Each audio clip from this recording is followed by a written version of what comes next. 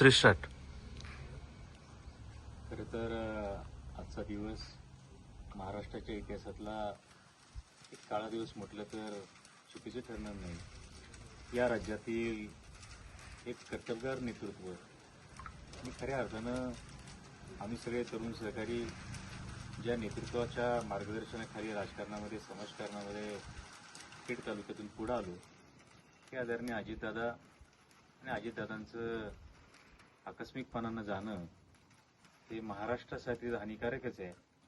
परंतु पुणे जिल्ह्यातील एक दादा, पुणे जिल्ह्यातील महाराष्ट्राच्या राजकारणातला एक दबदबा आज खऱ्या अर्थानं निखळलाय की काय. आणि जशी सकाळी प्लेन क्रॅशची बातमी वाऱ्यासारखी पसरली, आज महाराष्ट्रामध्ये अनेक पक्षामध्ये आदरणीय अजितदादांचा चाहता वर्ग आहे आणि त्यांच्याबरोबर काम केलेले अनेक सहकारी त्या ठिकाणी. खरं तर खेड तालुक्याच्या राजकीय सामाजिक जीवनामध्ये 2003 साली विद्यार्थी संघटनेचा अध्यक्ष म्हणून मी काम करायला सुरुवात केली. शरद बोट्टे पाटील असतील, मी असेल, सुरेशभाऊ गोरे असतील, आमचे संभाजीराजे खराबे, आम्ही सगळी त्या काळामध्ये युवक काँग्रेस विद्यार्थी संघटना या माध्यमातून या तालुक्यामध्ये काम करत होतो. आणि व्यक्तिशः माझा 2005 सालापासून आदरणीय अजितदादांशी जवळचा संबंध आला. मला जेव्हा विद्यार्थी संघटनेचे जिल्हाध्यक्ष मी झालो त्यावेळी राष्ट्रवादी काँग्रेसची महाराष्ट्रामध्ये सत्ता होती आणि जिल्ह्यामध्ये राष्ट्रवादी काँग्रेस एक बलस्थानी त्या ठिकाणी होती आणि बलस्थानी संघटनेचा अध्यक्ष म्हणून जवळपास 7-8 वर्ष 2014 पर्यंत मला काम करायची संधी मिळाली. या काळामध्ये मला आदरणीय वळसे पाटील असतील, अजितदादा असतील, त्यांच्याबरोबर जवळून काम करायची, जवळून राजकारणातलं म्हणजे समाजकारणातलं नेतृत्व कसं घडतं या सगळ्या गोष्टी मी जवळून त्या ठिकाणी बघितल्या. 2000 अशा अनेक गोष्टी आहेत अजितदादांच्या बरोबरच्या की काही गोष्टी शब्दामध्ये सांगायच्या नसतात, काही गोष्टी शब्दामध्ये सांगायच्या असतात. मागच्या 10 दिवसापूर्वी मला अजितदादांचा फोन आला होता की अरे विजू काय चाललंय. काही राजकीय गोष्टी त्याच्यामध्ये होत्या, त्या मी आज कॅमेऱ्यासमोर सांगू शकत नाही. परंतु काही गोष्टी सांगितल्या. मध्यंतरी मी सभापती झाल्यानंतर 3-4 वेळा माझं त्यांच्याशी बोलणं झालं, भेटणं झालं. अनेक काही राजकीय गोष्टीवरती त्यांनी विचारपूस केली की काय चाललंय काय नाही. त्यांनाही एक हे होतं की बाबा माझ्याबरोबर काम करणारा, माझ्या तालमीत तयार झालेला एक कार्यकर्ता सभापती म्हणून काम करतोय, एक चांगला तरुण फळीतला कार्यकर्ता म्हणून काम करतोय. शेवटी 14 पासून आम्ही सगळे राष्ट्रवादीपासून बाजूला होतो. परंतु ह्या सगळ्या परिस्थितीमध्ये अनेक वेळा मध्यंतरी सुरेशभाऊ गोरे आमदार असताना त्यांना त्यावेळेस आमदारकीचं तिकीट मिळालं. अशा अनेक राजकारणातले काही प्रसंग आहेत की सगळे प्रसंग कॅमेऱ्यासमोर सांगता येत नाहीत. अनेकदा अजितदादांनी थेट मला फोन केले, अनेकदा भेटायला बोलवलं की बाबा अनेकदा स्वर्गीय सुरेशभाऊ गोरेंची उमेदवारीचा प्रसंग मला आजही आठवतो की उमेदवारी रद्द करायची वेळ आली त्यावेळी मला दादांनी त्यांच्या जिजाई बंगल्यावरती बोलून घेतलं आणि मी आणि माझ्यावर आमचे महेश शौकरी सहकारी होते, गोरख कांडगे होते. तात्काळ आम्ही जिजाई बंगल्यावरती गेलो आणि दादांनी मला परिस्थिती सांगितली की बाबा 2009ला विजू अशी परिस्थिती आहे. त्यामुळं मी त्यावेळेस विद्यार्थी संघटनेचा अध्यक्ष होतो आणि काही राजकीय घडामोडी घडल्या. ठीक आहे, सुरेश भाऊ गोरेंना त्यावेळेस थांबावं लागलं, काही सत्यंतरं घडली.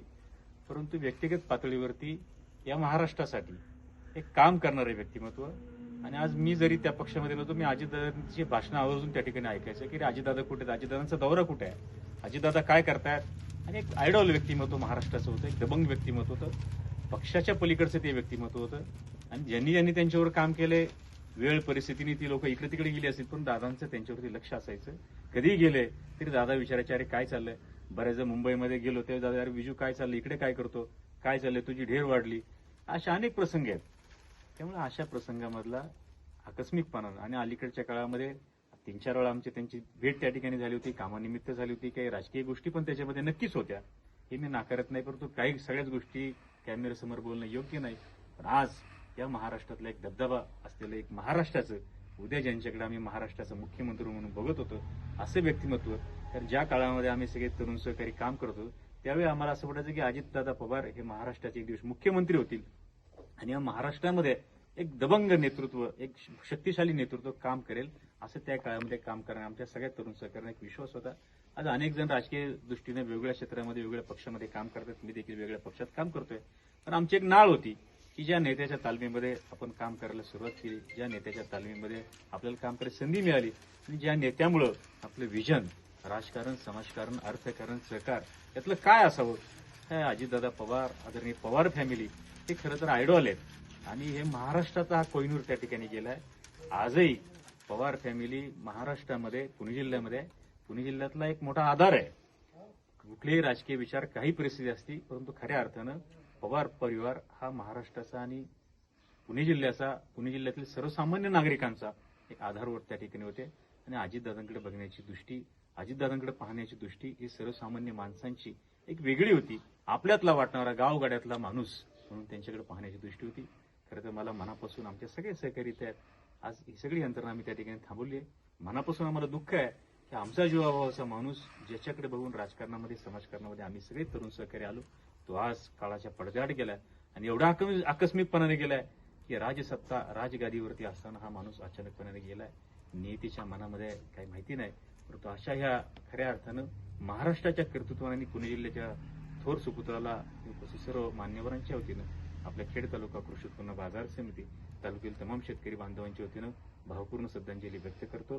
दादा, तुमची हे कायमच आम्हाला आज त्या ठिकाणी लागत राहील आणि निशब्द आहे. आज याच्यापेक्षा जास्त शब्द माझ्याकडे निश्चितपणे नाहीत.